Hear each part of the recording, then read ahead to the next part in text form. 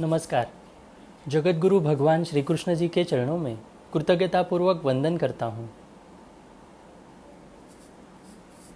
सनातन संस्था एवं हिंदू जनजागृति समिति की ओर से धर्म संवाद के इस विशेष कार्यक्रम में मैं कार्तिक सालुंके आप सभी का हार्दिक स्वागत करता हूँ। बंधुओं, पिछले कुछ दिनों से हमने वामपंथियों द्वारा किस प्रकार से अत्याचार किए गए ये हमने देखा। विदेश में ही नहीं तो भारत देश में भी स्वतंत्रता के उपरांत किस प्रकार से इन वामपंथियों ने जो तत्कालीन शासन था उसका सहारा लेकर हमारे देश में एक द्वेष फैलाने का प्रयास किया। और ये द्वेष भी कैसा था तो कि मुसलमानों के लिए नहीं, ईसाइयों के लिए नहीं, केवल ये वामपंथ हिंदू धर्म के पीछे ही उन्होंने षड्यंत्र फैलाना शुरू किया। तो ये जो बातें थी ये हमने समझ कर ली। साथ ही हिंदू धर्म किस प्रकार से अंधश्रद्धा उसमें है, उसमें कितनी बुराइयां हैं, ऐसे गलत प्रचार इन वामपंथियों ने पिछले 70 वर्ष में हमारे देश में किया है। और उसी का परिणाम हम देख रहे हैं कि हमारे देश में आज ज़्यादातर सभी हिंदू जो हैं वो हमारे धर्म से, हमारी संस्कृति से कहीं ना कहीं तो दूर चले गए हैं। तो ये किस प्रकार से उन्होंने षड्यंत्र किया है ये हमने समझ कर लिया। आज भी हम इसी विषय को आगे लेकर जाने वाले हैं और इनका किस प्रकार से देश में इन्होंने हिंदुओं को विभाजित करने का एक गलत प्रयास किया है ये हम समझ कर लेंगे।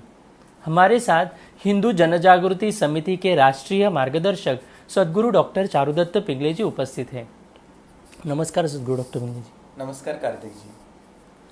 सद्गुरु डॉक्टर पिंगले जी, मैं सद्गुरु डॉक्टर पिंगले जी आपसे पूछना चाहता हूं कि भारत में जो व्यवस्था है, भारत की व्यवस्था, तो इस व्यवस्था द्वारा ही शोषण होने का आरोप कर एक नक्सलवादी क्रांति खड़ी कर दी गई और इस क्रांति में गरीब लोगों द्वारा ही हिंसा का आचरण किया गया। तो ये इसके बारे में सत्यता क्या है ये भी आप हमारे दर्शकों को बताएं। कार्तिक जी, ये वामपंथ की जो मूलतः विचारधारा है, एक भ्रमित या एक काल्पनिक या झूठी विचारधारा है। यह विचारधारा रखने के लिए वामपंथ को दो बातों की आवश्यकता है। उनके दृष्टि से एक शोषण करने वाला वर्ग दिखना चाहिए और एक शोषित या पीड़ित वर्ग दिखना चाहिए। ये दो वर्ग निर्माण हो गए कि फिर वो फॉर्मूला में उनका वामपंथ का विचारधारा रखने को उनको आसान जाता है। और इसके लिए सबसे पहले जब उन्होंने आघात शुरू किया तो उन्होंने चातुर्वर्ण को टारगेट करके उच्च वर्णीय और फिर ये कनिष्ठ वर्णीय इस तरह का एक संघर्ष भारत में निर्माण करने का प्रयास किया। मगर हुआ क्या कि अंग्रेज जाने के बाद अंग्रेज़ों का जो बड़ा लोकतंत्र है, ये एक आदर्श विचारधारा है, वो लोकतंत्र को भारत ने स्वीकारा है। भले उसको 100-200 वर्ष से ज़्यादा आयुष नहीं हुआ है, उसकी उम्र 200 वर्ष से ज़्यादा नहीं है। अब ये लोकतंत्र को लागू करने के बाद फिर वो लोकतंत्र के आड़ में उच्च वर्णीय और कनिष्ठ वर्णीयों को वो संघर्ष करना उनको कठिन हो रहा था। तो अब वामपंथ को बाध्य होना पड़ा कि वो लोकतंत्र और भारत की जो नवनिर्माण व्यवस्था है उस पर भी आघात करे। और अभी जो शोषण हो रहा है वो व्यवस्था ही शोषण कर रही है और ये सामान्य नागरिक पीड़ित है। ऐसे नया दो गुट उन्होंने बनाने का प्रयास किया है और ये आधार पर उन्होंने वामपंथ के झूठे भ्रमित विचारों को दाखिल करके लोगों को गुमराह करके उन्होंने अपना तत्वज्ञान रखने का प्रयास किया। और फिर वामपंथ में दूसरी जो बात आती है वो रक्तरंजित क्रांति, नरसंहार, अमानवीयता, जिसको हम कह सकते हैं कि इंटेलेक्चुअल एंड फिजिकल टेररिज्म, दोनों का ये मिलाप है। जो लेनिन ने रशिया में किया, जो स्टालिन ने रशिया में किया, जो मार्क्स ने इधर किया, या माओ ने चाइना में किया, या ज्योति बसु बुद्धदेव भट्टाचार्य ने जो बंगाल में किया, या जो केरला में हुआ है। तो वामपंथ का इतिहास रक्तरंजित मार्ग से जाकर, नरसंहार के माध्यम से जाकर पूर्ण ही नहीं होता है। और इसलिए भारत के व्यवस्था द्वारा ही शोषण किया जाना, यह एक शोषण करने वाला वर्ग और दूसरा शोषित जो है, पीड़ित है, अब वो पीड़ा से अन्याय के विरोध में खड़ा होकर वो संघर्ष कर रहा है, ये दिखाने के लिए एक नया नक्सलवाद समर्थक पीढ़ी निर्माण करने का ऐसा दूसरा वर्ग उन्होंने जो किया, जो सशस्त्र क्रांति का बात करता है, जो भारत के विरोध में युद्ध पुकारता है, जो भारत के अर्धसैनिक बलों के विरोध में युद्ध पुकारता है। और इस तरह का एक नया मॉड्यूल जो भारत में ये वामपंथियों ने रखा है, तो इसके जो मूलभूत बातें हैं वो अभी हम जान कर लेंगे कार्तिक जी। अब हिंदू धर्म की व्यवस्था इतना शोषण करती है तथा यह जो समाज है धर्म के नाम पर अंधविश्वास का आचरण करता है। पूंजीपति व्यापारी हो या क्षत्रिय हो तथा ब्राह्मण, इनका साथ वह देता है, तो इसके विरोध में क्रांति की आवश्यकता निर्माण होती है। ऐसा सीधा सरल फॉर्मूला वामपंथ का होता है और इसके लिए उन्होंने ये 2 गुट भारत में कृत्रिमता निर्माण किए। यह क्रांति केवल बौद्धिक तथा विचारों के स्तर पर होने से कुछ लाभ नहीं होगा। इसके लिए प्रत्यक्ष शारीरिक स्तर की या एक हिंसक क्रांति करने के लिए हिंदू धर्म की इस व्यवस्था को सहायता करने वाली राज्य व्यवस्था है उसको उखाड़ फेंकना आवश्यक है। पूर्व काल में राजा रजवाड़ों का था और अभी वर्तमान में लोकतंत्र, वो दोनों भी वामपंथ के टारगेट पर ही है। परंतु ये बड़ी विडंबना है कि जिस लोकतंत्र का गुणगान यूरोप करता है, अब वामपंथ स्थापित करने के लिए वही लोकतंत्र उसके बीच का कांटा बनने के कारण पहले पूर्व राजा और राजवाड़ों की व्यवस्था को ध्वस्त करने का प्रयास किया और अभी लोकतंत्र पर आघात करके वामपंथ को स्थापित करने का वो प्रयास कर रहे हैं। और वामपंथ यह जो प्रत्यक्ष सशस्त्र क्रांति करने की जो इच्छा रखता है, तो उसके लिए जो उसने एक दूसरा वर्ग बनाया है जिसके मन में भर दिया है कि आपको व्यवस्था ने पीड़ित रखा है, तो ऐसे शोषित समाज के लोगों को वो नक्सलवादी बनाने की प्रक्रिया करता है। उनको नक्सलवादी बनाकर उनको हाथ में शस्त्र लेने के लिए बाध्य करता है। अब मेरे ही नहीं तो सर्वसामान्य भारतीय लोगों के मन में यही प्रश्न उठता है कि भारत एक सार्वभौम राष्ट्र है। भारत के पास पुलिस, प्रशासन, न्यायिक सभी प्रकार की यंत्रणा है और इतनी यंत्रणा है कि भारत में जो हथियार बनते हैं वो सरकारी तौर पर ही बनते हैं।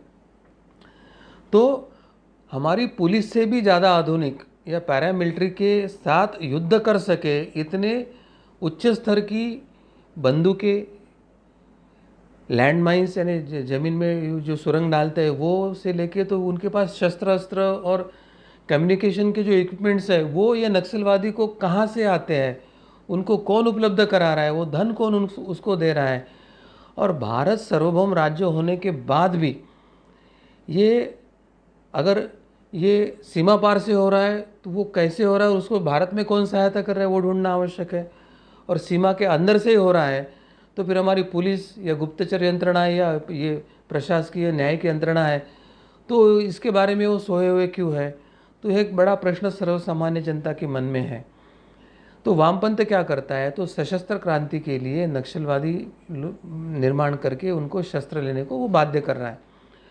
अब नक्सली हिंसा करके वे पहले तो स्थानिक राज्य व्यवस्था को आह्वान देते हैं, फिर उसका वो व्याप्ति बढ़ाकर 2-4 राज्यों में जाकर फिर वो देश की गृह नीति और देश की रक्षा की नीति को आह्वान देते हैं, भारत के अंतर्गत सुरक्षा को वो आह्वान देते हैं। और ऐसी स्थिति है तो मीडिया है या ये सेकुलर वामपंथी है जो देशभक्त और राष्ट्रभक्त या संविधान की रक्षा की या देश की रक्षा की बात करते हैं, तो इस समय ये देश के पक्ष में खड़ा न होते, ये वामपंथी प्रभावित मीडिया, ये वामपंथी प्रभावित कुछ राज्यकर्ता, कुछ सरकारें, कुछ बुद्धिजीवी, वहाँ पर कार्य जो कम्युनिस्ट है वो इन नक्सलवादियों के ये नक्सली कृत्यों को, चाहे जनता की हत्या हो या पुलिस बल या अर्धसैनिक बलों की हत्याओं के जो उनके घटनाएं हैं, तो इन कम्युनिस्टों के देश विरोधी घटनाओं को वे एक देशद्रोह या जनता या सरकार पर किए हुए नक्सलवादियों के अत्याचार ऐसा न बताते हुए वो कहते हैं कि वो तो पीड़ित है तो उन्होंने पीड़ा व्यक्त करने के लिए एक सामान्य कार्य किया, ऐसा करके वो उनके समर्थन में उतरते हैं। तो ये बड़ी दोगली नीति ये वामपंथी मीडिया, वामपंथी राज्यकर्ता है या वामपंथी प्रशासकीय अधिकारी है, ये बुद्धिजीवी है, ये बड़े दोगले हैं। यानी दिखने को तो वो भारत के पक्ष में दिखते हैं और समर्थन देशद्रोहियों का कर रहे हैं, भारत विरोधी गतिविधियों का वो समर्थन कर रहे हैं। तो ये समझकर इनको योग्य पद्धति से, कानूनी पद्धति से उनको शिक्षा करने की आवश्यकता है। अब ये इन गरीब वनवासियों को पता ही नहीं होता है कि वे नक्सलवादी बनकर या स्वयं को शोषित समाज घोषित करके वो किस व्यवस्था से लड़ रहे हैं, क्योंकि शायद उनको भी यह पता नहीं चल रहा है कि उनके हाथ में शस्त्र देने वाले कौन से दोष है, कौन सी एजेंसियां इस देश में काम कर रही कि जो सरकार से छिपके सरकार के नाक पर दम करके वो ये इनको हथियार पहुंचा रही है, इनको धन पहुंचा रही है, इनको साधन सामग्री पहुंचा रही है। ये विदेशी ताकतें भारत में उनके माध्यम से वो कौन से कार्य करवाना चाहती है, ये समझने की क्षमता इन वनवासी जीवों की या पीड़ित जीवों की नहीं होती है। यह बुद्धि भ्रम के जाल में उनको जो फांस रहे हैं, इनका उद्देश्य क्या है, ये ना तो वो स्वयं पीड़ित या नक्सलवादी बने हुए व्यक्ति जानते हैं, ना तो भारतीय अन्य नागरिक समझ पा रहे हैं।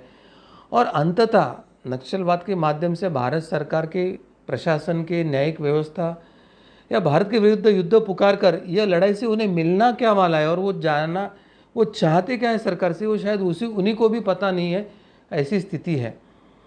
लेकिन कम्युनिस्टों के द्वारा प्रचारित ये जो समानता की नीति है, समानता की जो सत्ता या एक समान वर्ग के निर्माण का जो एक स्वप्न प्रलोभन या भ्रम दिया है, उसके कारण यह भ्रमित होकर ये नक्सलवादी अपने ही वनवासी बंधुओं का शोषण प्रारंभ करते हैं, अपने ही आसपास के जनपदों के अपने देश बंधुओं पर अत्याचार करना शुरू करते हैं। प्रशासकीय अधिकारी हो, चाहे राजनेता हो या अर्धसैनिक बल हो, उनकी हत्या करके वो अत्याचार करना शुरू करते हैं। आसपास के नागरिकों की बेटियों को जबरन उठाकर लेके जाते हैं। उनका एक समांतर सत्ता और सरकार उस क्षेत्र में चलता है। पैरेलल जुडिशरी सिस्टम होती है जिसको कांगारू कोर्ट कहा जाता है। तो कांगारू कोर्ट बिठाकर वो वहाँ पर न्यायदान का कार्य करते हैं और अपने ही वनवासी बंधु को वो नक्सलियों के साथ गद्दार है ऐसा घोषित करके उनकी बेरहमी से हत्या भी कर देते हैं।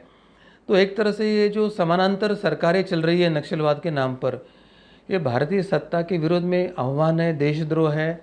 परंतु इनका समर्थन करने वाला जो अर्बन नक्सलिज्म है, जो मीडिया में बैठा है, जो प्रशासन में बैठा है, वो राजनीतिक पार्टियों में बैठा है, जो न्याय व्यवस्था में बैठा है, जो बुद्धिजीवी बन के विचारक बन के बैठा है, तो ये जो अर्बन नक्सलिज्म उनको सहायता कर रहे हैं, तो ये उनसे अधिक बड़ी मात्रा में गुनहगार है और इनको ढूंढकर पकड़कर उनको कड़ी से कड़ी सजा देने की आवश्यकता है, ऐसे लगता है। तो ये जो नक्सलियों का एक समानांतर शासन बना है, तो ये क्या समानता का शासन है? सोवियत यूनियन तथा चीन की क्रांति, उसके धरती पर भारत में क्रांति का अभियान चलाने का सपना दिखाकर इन वनवासी और आसपास के गरीब लोगों का ही शोषण करने वाले ये नक्सलवादी और उनका समर्थन करने वाले ये कम्युनिस्ट वामपंथी विचारधारा के नेता ये समझना ही नहीं चाहते और ये नक्सलवादी को बताना ही नहीं चाहते हैं कि झूठे भ्रम वाले वामपंथ के कारण सोवियत यूनियन के कितने टुकड़े हुए थे तथा चीन ने अंततः मार्क्सवाद को छोड़कर, माओवाद को सिद्धांतों को छोड़कर अभी समाजवाद नहीं तो पूंजीवाद के मार्ग पर चलना प्रारंभ किया है। तो एक तरह से यूरोप ने कार्ल मार्क्स को छोड़ा, रशिया ने लेनिन और स्टालिनवाद छोड़ा, चीन ने माओ और मार्क्सवाद को छोड़ा, परंतु ये जो सत्य है वो स्वयं समझना नहीं चाहते। नक्सली या न्यो कम्युनिस्ट या न्यो वामपंथी है उनको नहीं बताना चाहते हैं और एक झूठे भ्रम, एक असत्य लेखन इनके माध्यम से वे एक नई झूठे आधार की पीढ़ी निर्माण कर रहे हैं। पर झूठ ज़्यादा देर चलता नहीं है, अब झूठ का पर्दाफाश होने का समय आया है, यह भी हमको समझने की आवश्यकता है। भारत में भी केरल छोड़कर अन्य प्रदेशों में यह मार्क्सवाद करीब करीब अंतिम सांसें ही ले रहा है। उनका पूरा राजनीतिक जनाधार ही खत्म हुआ है। अभी उनकी एक भी सीट चुनकर आना कठिन सा हो गया है। बस नाम मात्र उनके नेता और पार्टी के दफ्तर बने हैं, उनके अनुयायी खत्म ही हो गए। पर भी उन्हें वे झूठ बताते हैं नक्सलवादियों या उनको जो भ्रमित उनके पीछे आने वाला समाज है कि विश्व में अभी वामपंथी विचारधारा का फैलाव तेजी से हो रहा है। गोबेल्स टेक्निक से वो बताते हैं कि सब ठीक ठाक है, सब ठीक होने वाला है। जैसे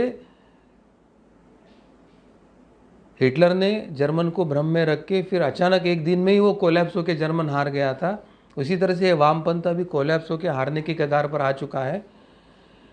फिर भी वो भ्रम फैला रहे हैं कि विश्व में अभी वामपंथी विचारधारा का प्रचंड फैलाव हो रहा है और भविष्य में वामपंथियों का ही विश्व में अनेक देशों में शासन होने वाला है और प्रत्यक्ष में ऐसी होने की संभावना शून्य है।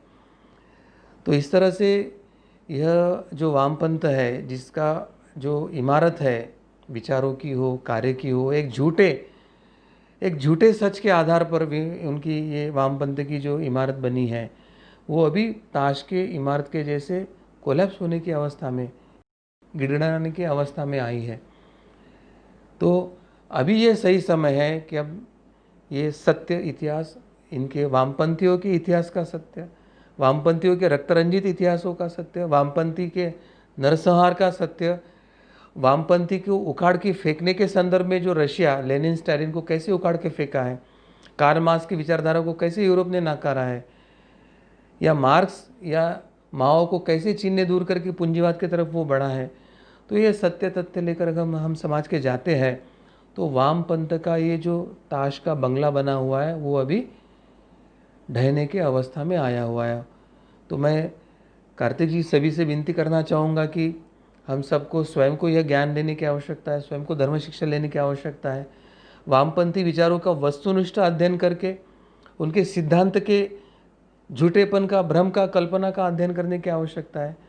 और एक समान वर्ग हो या वर्गहीन समाज हो, ये कितनी गलत संकल्पना है यह समझकर समाज को बताने की आवश्यकता है। और यह ज्ञान शक्ति के आधार पर, ज्ञान के आधार पर जनजागृति के माध्यम से, ज्ञान के आधार पर जनजागृति और जनजागृत हिंदुओं के संगठन के माध्यम से यह वामपंथ को उसको उखाड़ कर फेंकना और भारतीय परंपरा, धर्म परंपरा, शिक्षा परंपरा, ऐतिहासिक परंपरा, गौरवशाली परंपरा को स्थापित करने की नई पहल करने की आवश्यकता है, ऐसे मुझे लगता है कार्तिक जी। जी सद्गुरु डॉक्टर पिंगले जी, आपने जो जानकारी हमें यहाँ पर दी है तो उससे ये बात हमें स्पष्ट हो गई कि इन वामपंथियों ने किस प्रकार से हमारे देश के जो गरीब लोग हैं उन गरीब लोगों को ये उच्च वर्ग के ब्राह्मण लोग किस प्रकार से उनका शोषण कर रहे हैं, ऐसा एक चित्र खड़ा कर दिया उनके सामने और इन गरीब लोगों को नक्सलवादी कृत्य करने के लिए प्रवृत्त किया। और ऐसे समय में उनको हमारी मीडिया हो या हमारा बुद्धिजीवी वर्ग हो वो भी उन्हें किस प्रकार से सहायता कर रहा है, किस प्रकार से हमारे सामने प्रतिक्रिया दे रहा है। तो एक ऐसा षड्यंत्र इन वामपंथियों ने किया और उसी के कारण आज हम देख रहे हैं हमारे देश में एक नक्सलवाद जैसी एक बहुत बड़ी समस्या खड़ी हो गई है। तो इसको हमें सभी को एकत्रित आकर ये जो भ्रम उन्होंने फैला रहे हैं इसको दूर करना पड़ेगा, हमें जागृति करनी पड़ेगी समाज में जाकर। ये कार्य हम सभी एकत्रित मिलकर समाज में जागृति कर सकते हैं। यहाँ पर मैं इस संवाद को आगे लेकर चलता हूँ। कार्ल मार्क्स द्वारा ऐसे एक सिद्धांत रखा गया था, क्योंकि जो यूरोप की स्थिति थी तो यूरोप में ऐसे था कि एक शोषण करने वाला वर्ग था और दूसरा एक था जिनको शोषित वर्ग था, जिनको पीड़ित वर्ग था। तो इस प्रकार से वहां पर व्यवस्था थी। तो इस प्रकार से कोई इनमें भेदभाव ना रहे, तो एक वर्गविहीन समाज का निर्माण किया जाए। तो इस प्रकार से उसने समानता का एक सिद्धांत जो था, तो वो सिद्धांत उन्होंने हमारे सामने रखा था। तो ये अभी के समय में ये एक सिद्धांत पूरा भ्रम जैसा है, ऐसे लगता है। तो इसमें वास्तविकता क्या है, इसमें सत्यता क्या है, ये भ्रम कैसे है, इसके बारे में भी आप हमारे दर्शकों को बताएं। कार्तिक जी, अभी आपने जो प्रश्न पूछा है ना, ये वामपंथ के मूलभूत भ्रम का, मूलभूत गलत सिद्धांत का ये प्रश्न है। और इस गलत सिद्धांत के आधार पर ही वामपंथ खड़ा है। और ये गलत सिद्धांत ध्यान में आते से वामपंथ नाम की चीज़ ही विश्व से मिट जाएगी, ऐसी स्थिति आएगी, ऐसे लग रहा है। कार्ल मार्क्स ने जब समाज में देखा कि ये चर्च है या वहाँ के व्यापारी है या राजा है, ये साठगांठ करके सर्वसामान्य लोगों को लूटते हैं, शोषण करते हैं, उनसे अनन्वित अत्याचार करते हैं, तो वहाँ की स्थिति वैसे थी। तो उसने कल्पना किया कि एक समान वर्ग बनाएंगे, यहाँ कोई बड़ा अमीर नहीं होगा या कोई शोषण करने वाला नहीं होगा, फिर कोई गरीब नहीं तो शोषित भी नहीं रहेगा। फिर वो ऐसा वर्ग की कल्पना करता है कि जहाँ वर्गविहीन समाज हो, सभी समान हैं। मगर यह वर्गहीन समाज, यह एक कल्पना, ये कितना बड़ा भ्रम है, कितना बड़ा झूठ है, और ऐसा हो नहीं सकता प्रैक्टिकली संभव। और इसके परिणाम क्या हुए थे कि जब ये इस तरह का वर्गहीन समाज की कल्पना करके रशिया में जब किसान और मजदूरों के यहाँ से जब वे बड़े मेहनत करके अनाज उगाते थे, ये करते थे, तो उन्होंने क्या कहा कि अब ये आपने जो किया वो सब राष्ट्रीय संपत्ति है, ये आपकी वैयक्तिक संपत्ति नहीं है, और सबके घर से अनाज उठाकर जाके वो सरकारी गोडाउन में भर के ये आपने तरह से विनियोग करने लगे। तो जैसे लोगों को ख्याल में आया कि हम तो बहुत श्रम कर रहे हैं, हमारे यहाँ अनाज आता है, मगर हमारे यहाँ से उठा के लेके जाता है और हमको खाने के लिए अनाज नहीं मिलता है, और बाकी लोग आराम से ऐश कर रहे हैं और वो काम ही नहीं करते हैं। तो किसानों ने और मजदूरों ने जब अपना श्रम करना बंद कर दिया और अनाज ही उगाना बंद कर दिया, तो ऐसी बड़ी आपत्ति आ गई थी कि भूखमरी बढ़ गई, कृषि खाद्य नहीं थे, और एक बड़ा कृत्रिम अकाल भी वहाँ निर्माण हुआ था, और फिर अनंत उसमें लोगों की जानें भी गई, और कुछ लोगों को तो जबरन इन्होंने मार गिराया था कम्युनिस्ट पार्टी को बचाने के लिए, सत्ता बचाने के लिए। तो वर्ग विहीनता के इसमें उन्होंने श्रम के अनुपात में लाभ का कोई योजना नहीं बनाई। तो कामचुकार या आलस्य करने वाला, जो काम न करने वाला, श्रम न करने वाले व्यक्ति का भी उतना ही अधिकार है अनाज और भोजन पे जितना ये श्रम करके काम करने वाले किसान और उनका था। परंतु उनके यहाँ से अनाज उठाकर लेके जाकर वो आलस्य वाले लोगों को देने की प्रक्रिया में, समानता लाने के झूठी समानता लाने की प्रक्रिया में जब लोगों ने देखा कि हमारे लिए अधिक श्रम या अधिक परिश्रम या अधिक अभ्यास या अधिक इसके लिए कोई भविष्य ही नहीं है, तो समाज व्यवस्था ही जब यूरोप और रशिया में कोलैप्स होने की स्थिति आ गई, तो वामपंथ के इस भ्रम को यूरोप के लोगों ने तुरंत समझ लिया और तुरंत वामपंथ को उखाड़ के फेंका। लेनिन के पुतले को हथौड़े से मार मार कर, तोड़ तोड़ कर, हटाकर वहाँ पे उन्होंने नई व्यवस्था और परंपरा को स्थापित किया था। तो यूरोप के लोग तो समझदार थे और उनकी ही शिक्षा पद्धति से शिक्षित थे, इसलिए उनका ही षड्यंत्र वो जान पाए। मगर भारत के भोले भाले जो लोग थे, वो भारतीय शिक्षा परंपरा के होने के बाद पश्चिम का लुभावना चेहरा, आधुनिक विज्ञान का एक लुभावना चेहरे, और वो श्रेष्ठ ये भाव में रहकर उन्होंने जो जहर पिलाया, उस जहर के अमल, पॉइजनिंग के असर में ही उन्होंने इस वामपंथ को स्वीकारा है। और ये मैं कुछ आपके सामने मूलभूत प्रश्न खड़ा करना चाहता हूँ कि क्या समानता संभव है, क्या वर्गविहीनता संभव है?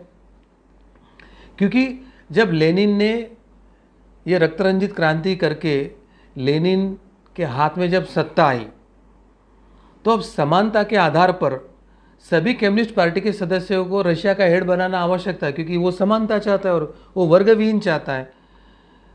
मगर जैसे ही हाथ में सत्ता आई तो लेनिन वो हेड ऑफ द स्टेट बन गया, कुछ सबऑर्डिनेट बन गए, कुछ उसके हेल्पर बन गए, एक उसका कुक बन गया, एक उसका ड्राइवर बन गया, और जो समानता की कल्पना कर रहा था, जो वर्गविहीन समाज की कल्पना कर रहा था, उसने स्वयं एक हेड बन गया।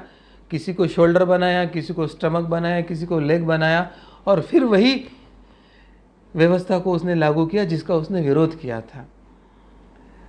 तो मूलतः वामपंथ ये विचारधारा है, ये सत्ता हथियाना का एक लुभावना चेहरा है। और सत्ता भी कैसे हथियाना है कि रक्तरंजित क्रांति करके, नरसंहार करके सत्ता हथियाना है, और तानाशाही करके सत्ता को स्थापित करके सत्ता का ऐश करना। इस विचार के लिए एक समान वर्ग और वर्गहीन समाज की एक झूठी कल्पना लाई थी। और जैसे लेनिन के सहकार्यों को पता चल गया कि अब ये हेड बना है, वो हमको ऑर्डर देगा, और हाँ अब हम सबऑर्डिनेट है और we have to follow the orders. तो समानता नहीं, I can't give orders to Lenin because he is head and he can order us because we are subordinate. तो जब ये उनके समानता के भ्रम का जब उनका निराकरण हुआ, तो तुरंत एक वामपंथ के विचार में एक नई प्रक्रिया शुरू होकर कुछ वर्षों के अंतराल के कुछ दशकों के बाद वामपंथ पूर्णतः यूरोप और रशिया से उखड़ गया।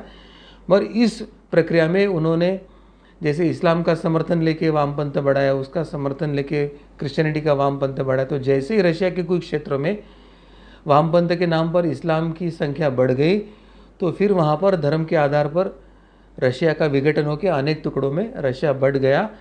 तो यह भी धर्म को नहीं, तो रिलीजन या मज़हब को अफीम मानने वाले वामपंथ, उनके ही कार्यकर्ता जब इस्लाम की संख्या बढ़ी और वहाँ पर विघटन हो गया, तो ये वामपंथ के पराभव का एक काम था।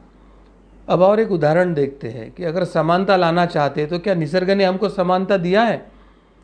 क्योंकि मैं पढ़ रहा हूँ या जब आप पढ़ रहे होंगे तो आप किसी क्लास में पढ़ रहे होंगे, पढ़ाने वाला तो शिक्षक एक ही था आपको, और वो जो पढ़ा रहा था वो आपको जितना उसको आता था वो आपको पढ़ा ही रहा था।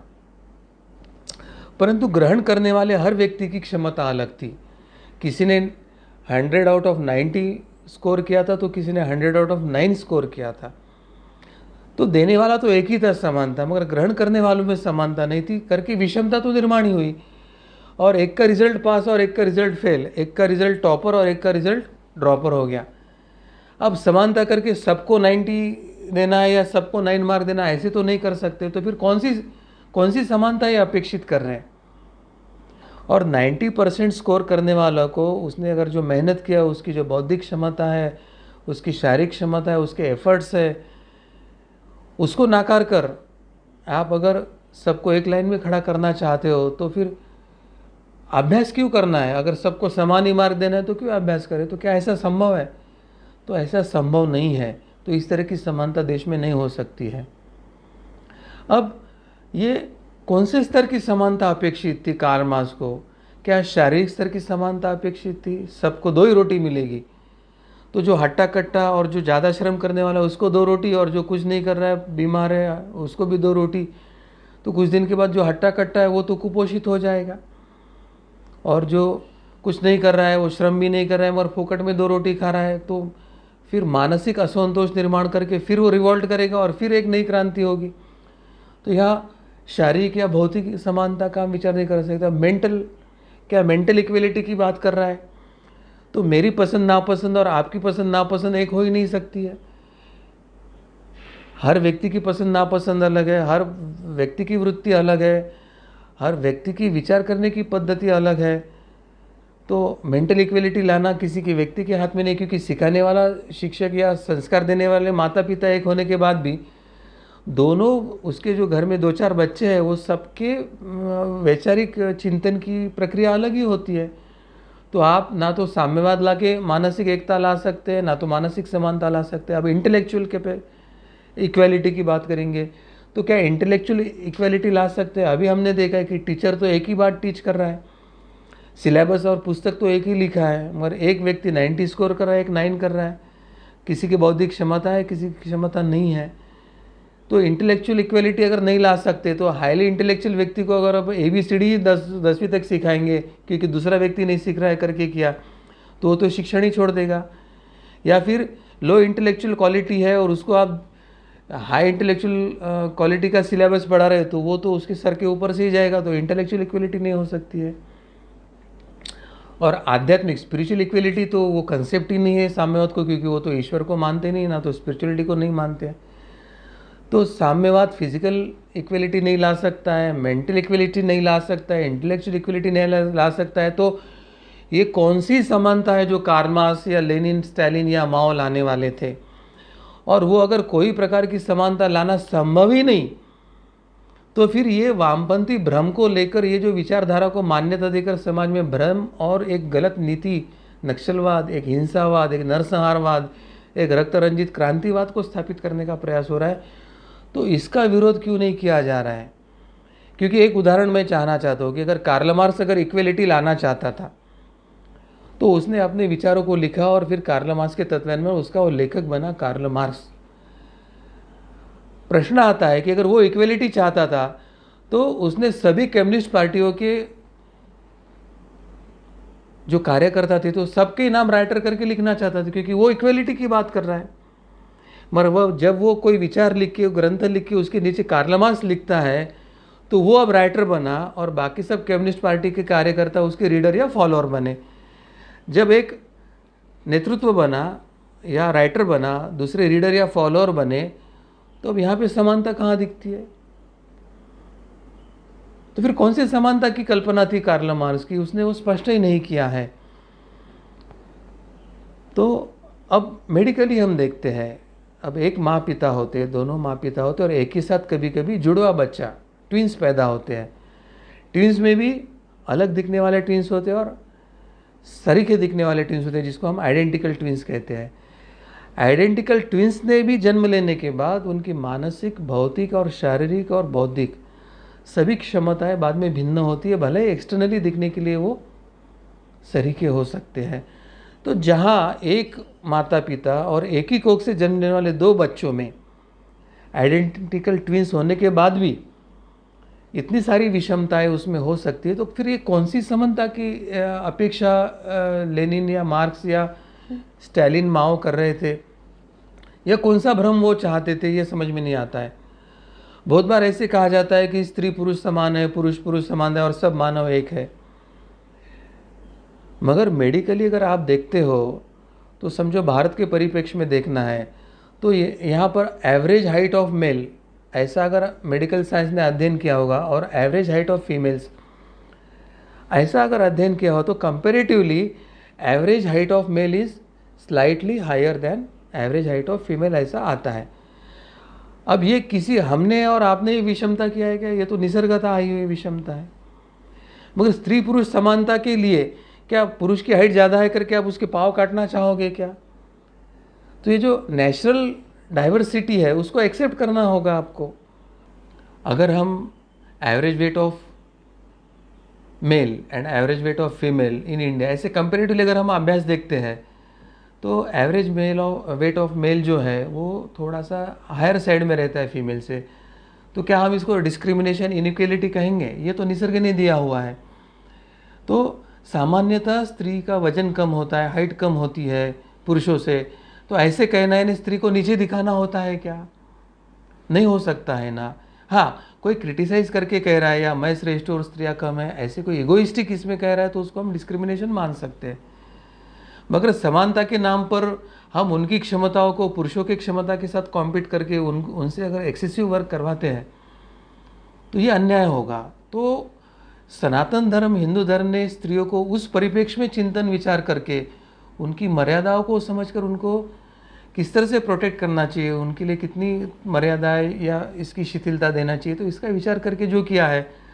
तो उसके झूठे फेमिनिज्म, यानी यूरोप में जो चर्च स्त्रियों पे अत्याचार कर रहा था रिलीजन के नाम पर, जिनको धर्म पता नहीं था, उस मॉड्यूल में भारत के धर्म को फिट करके, जहाँ पे स्त्री को देवता माना गया है, स्त्री को देवी स्वरूप माना गया है, स्त्रियों की पूजन जहाँ किया जाता था, तो उसमें एक झूठा फेमिनिज्म डाल के ये जो भारतीय समाज को स्त्री पुरुष एक संघर्ष खड़ा करके एक एडल्ट्रेशन, समाज को विघटित और एक प्रदूषित करने का प्रयास जो वामपंथ से हो रहा है, तो यह अत्यंत गलत बात है।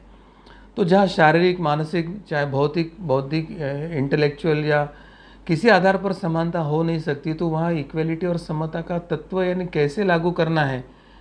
और जहाँ पर भारत में संविधान में इक्वलिटी लागू है, वहाँ पे हिंदू को धर्म शिक्षा देने के लिए सरकारी इसमें प्रतिबंधित है, और अल्पसंख्यक के नाम पे इस्लाम और क्रिश्चियन को परमिशन दिया है, तो ये तो डिस्क्रिमिनेशन है। फिर जहाँ पे हिंदुओं के मंदिरों का अधिग्रहण होता है, वहाँ मस्जिद और चर्च का अधिग्रहण नहीं करते, ये डिस्क्रिमिनेशन हुआ है।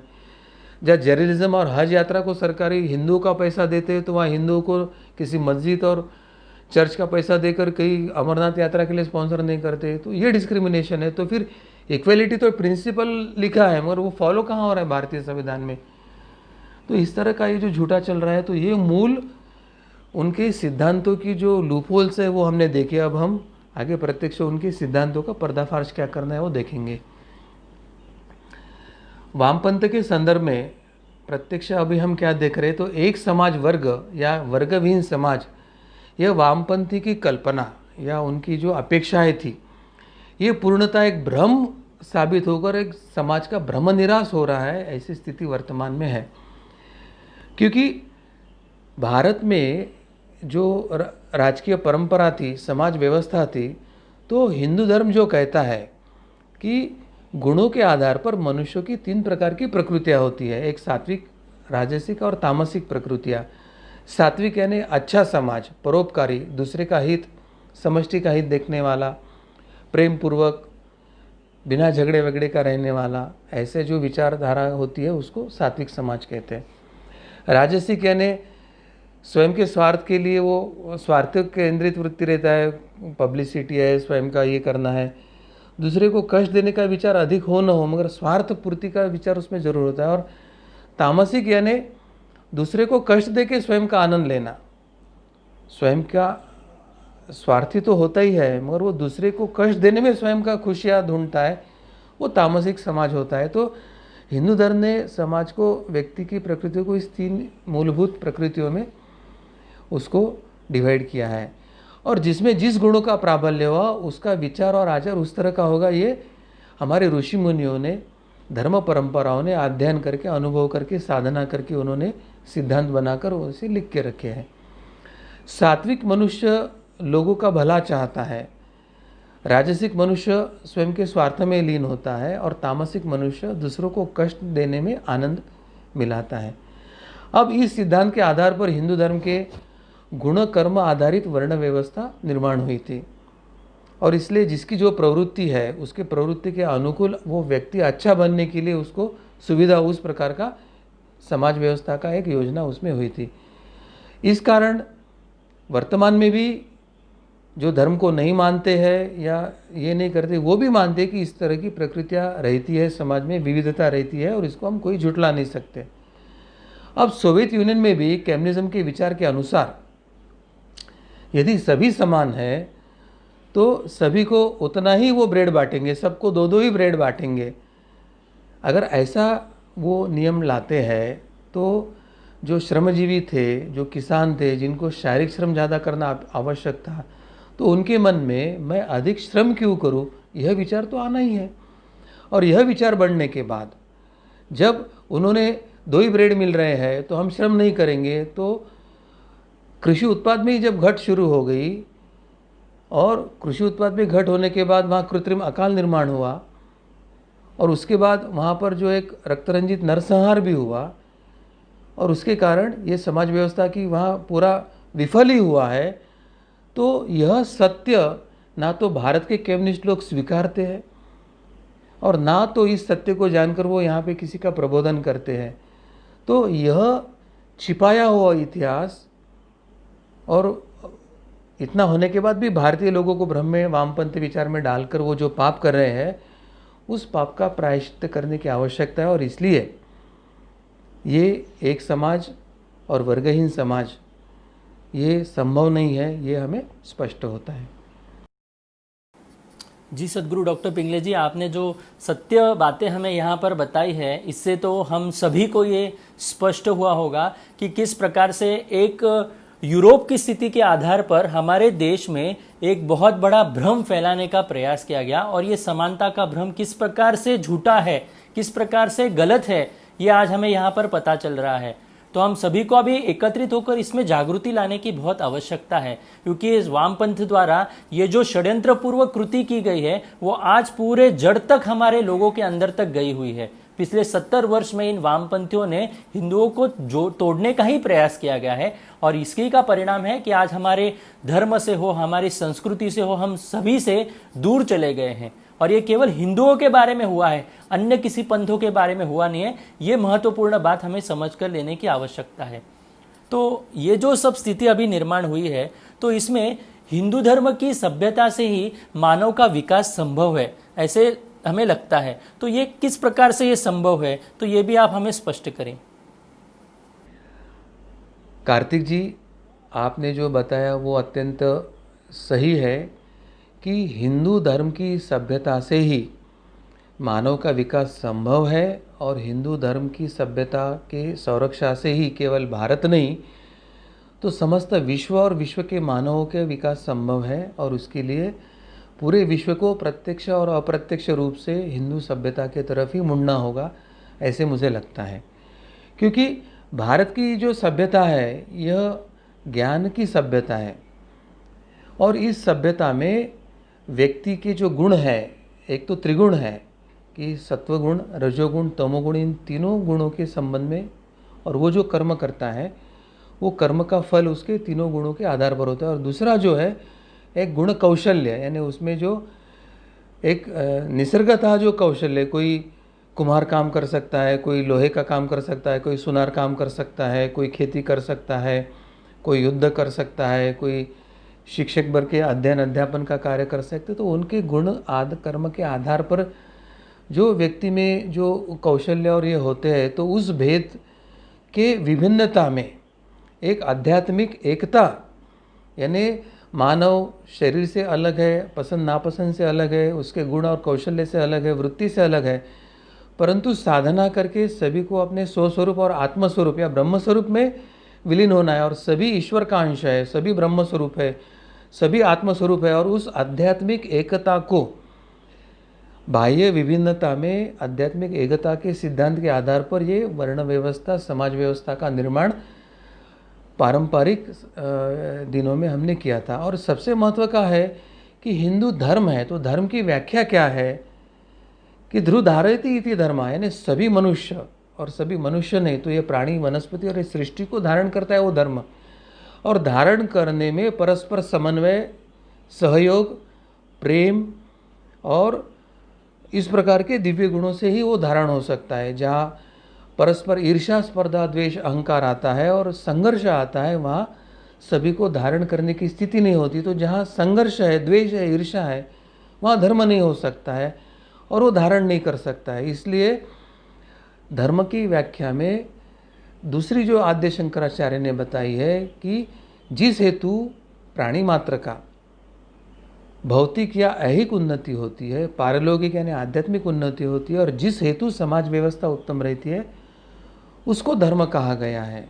यानी हर व्यक्ति और प्राणी मात्र की भौतिक उन्नति होना चाहिए, यानी आपकी सुख सुविधा, घर बार या जो आधुनिक जो कुछ बना है उसकी सुविधा सभी को मिलना चाहिए।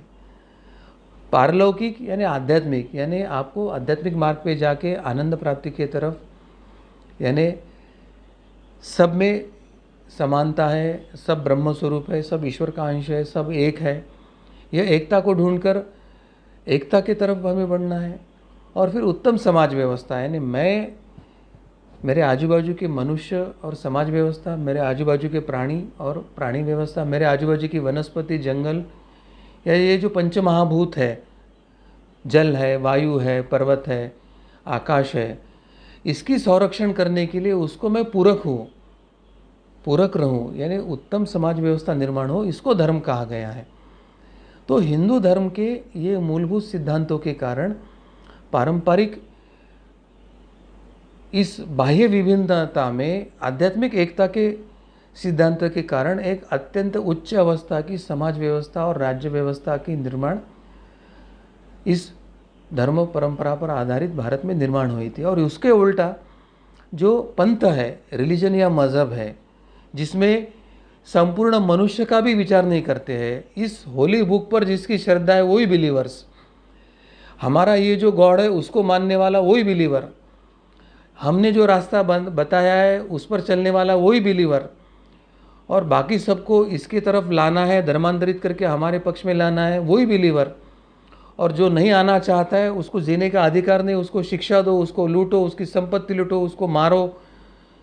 तो यह कहने वाला जो रिलीजन है या मज़हब है, to relegate, to come down,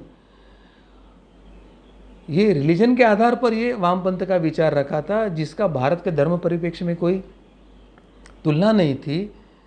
तो ये पंथ और रिलीजन की जो ये निरर्थकता है, उसके तुलना में ये हिंदू धर्म की, सनातन धर्म परंपरा की, भारतीय परिप्रेक्ष्य की जो एक व्यापकता है, सबको साथ में के लिए लेके जाने की जो एक क्षमता है, वसुधैव कुटुंबकम, ये पूर्ण विश्व हमारा परिवार है, सर्वेत्र सुखिनः सन्तु, हर मनुष्य, और केवल मनुष्य नहीं, प्राणी, हमारे सानिध्य की वनस्पति, हमारे सानिध्य में का ये पृथ्वी, आप, तेज, वायु, आकाश, ये सब सुखी हो, वो समृद्ध हो, ऐसा विचार करने वाले, ये जो सनातन धर्म परंपरा पर आधारित जो ये समाज व्यवस्था थी, तो इसकी आध्यात्मिकता के कारण, इस धर्म परंपरा के कारण वह अपनी शक्ति के साथ, विनम्रता के साथ ये सभी को स्वीकारने और अंगीकारने के क्षमता वो रखते थे। इसके कारण मनुष्य अपने जीवन को उन्नति की दिशा में लेके जाने के लिए प्रयास कर रहा था। इसके कारण अपनी बौद्धिक क्षमता, अपनी शारीरिक क्षमता, अपनी मानसिक क्षमता को, अपने गुण कौशल्य को पूर्णता अभिव्यक्ति करने के लिए हर व्यक्ति उद्यमता में लगा था, अपना मैक्सिमम आउटपुट देने के प्रयास वो कर रहे थे।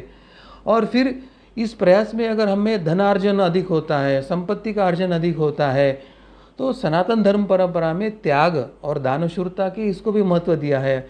और जो गरीब है या क्षमताहीन लोग हैं तो उनको दान देकर उनकी जीवनी और व्यवस्था को स्थापित करने में योगदान दे, इसलिए दानशूरता भी इन लोगों में लगी थी। और इसके कारण समाज में कोई शोषित और पीड़ित या भूखा ही नहीं रहता था, क्योंकि पंच वैश्व यज्ञ जो कहा था कि पहले अतिथि के लिए निकालो, गोमाता के लिए निकालो, प्राणियों के लिए निकालो, चींटी का विचार करो। तो इस तरह का विचार करने वाला समाज था। वहाँ ना तो कोई शोषित था, वहाँ ना तो कोई पीड़ित था, ना तो कोई भूखा था। तो एक सुखी समृद्धि और आनंद जो समाज अंग्रेज़ भारत में आकर देख के गए, और उन्होंने देखा कि यहाँ का तो गरीब से गरीब व्यक्ति आनंदी है, अशिक्षित, बाह्यता, पाश्चात्य दृष्टि वो आनंदी है। तो इनमें हम ईसाई मिशनरियों का कार्य कैसे शुरू करें, उनको अपने ईसाई धर्म में कैसे परिवर्तित करें, अंग्रेज़ों की सत्ता के जड़ें भारत में कैसे बनाएं, और उसके आधार पर जो षड्यंत्रपूर्वक उन्होंने शिक्षा व्यवस्था को ख़त्म करके एक विषमता का विष जहर घोलकर उन्होंने जो किया था, तो ये वामपंथ और ये अंग्रेज़ी विचारधारा और ये लोकतंत्र ही भारत में जहर बन के आया हुआ है। ऐसे उच्च विचार, ऐसे शाश्वत सिद्धांत, ऐसे सार्वभौम सिद्धांत, ऐसे यूनिवर्सल ट्रुथ या यूनिवर्सल प्रिंसिपल्स जो धर्म में है, ऐसे धर्म सिद्धांतों के कारण काल के साथ साथ यह भारतीय सभ्यता अपनी विकास करके आगे बढ़ी थी, आगे बढ़ रही थी। कुछ काल के लिए यह वामपंथ, ये मुग़लों का और ये अंग्रेज़ी परंपरा का ग्रहण ज़रूर यहाँ पे लगा होगा, परंतु यह ग्रहण छूटने का समय आया है। अब हम सबको इस सभ्यता के अनुनय करके, उसका आचरण करके हमें अपने जीवन में उतारना होगा। और संपूर्ण विश्व के मनुष्य अगर इसको जीवन में उतारने का प्रयास करते तो सही मायने में वसुधैव कुटुंबकम, यह विश्वचिया माझे घर, ये पूरा विश्व ही मेरा घर है, यह भावना लेकर सर्वत्र सुखिना संतु, केवल मनुष्य नहीं तो प्राणी, वनस्पति से लेकर ये पूर्ण सृष्टि सुखी और शांति बने। तो विश्व को अगर शांति चाहिए, विश्व को अगर सुखी और समृद्धि बनना है, सुजलाम सुफलाम बनना है, तो संपूर्ण विश्व को हिंदू धर्म, सनातन परंपरा और भारतीय संस्कृति के शरण में आना आवश्यक है। और उसके लिए सबसे पहले हमें स्वयं के जीवन में लाकर एक कृतिशील आदर्श बन के, एक कृतिशील आदर्श समाज का मॉड्यूल बनाकर विश्व के सामने रखने की आवश्यकता है। मैं सभी हिंदू भाइयों को यही कहना चाहूँगा कि आप धर्म को समझिए, आप धर्म की शिक्षा लीजिए, धर्म की वैज्ञानिकता समझिए, धर्म की आध्यात्मिकता जानिए, आचरण करके उसका अनुभूति लिए, और ऐसे अनुभूति के आधार पर हमको एक कृतिशील आदर्श निर्माण करके पूरे विश्व को कृण्वन्तो विश्वम आर्यम, इस उक्ति के साथ सबको हम सुसंस्कृत और अच्छा गौरवशाली बनाएंगे। मैं भगवान श्री कृष्ण और प्रभु रामचंद्र जी के चरण में यही प्रार्थना करना चाहता हूँ कि आपने जो दिव्य धर्म संस्थापना का कार्य किया था और अभी जो दिव्य अवतारी संतों के माध्यम से यह कार्य पुनश्च आपने हाथ में लिया और कर रहे हैं, तो आपके इस कार्य में हम सभी को आप जोड़ लीजिए। यह धर्म संस्थापना करते करते हम सबका आप उद्धार कीजिए। भारत को हिंदू राष्ट्र और विश्व गुरु बनाने में आपका जो यह कार्य चल रहा है, इस कार्य में सहभागी कर हमारा उद्धार कीजिए। यही प्रार्थना करते हुए मैं अपनी वाणी को यही विराम देता हूँ। आप सभी को नमस्कार।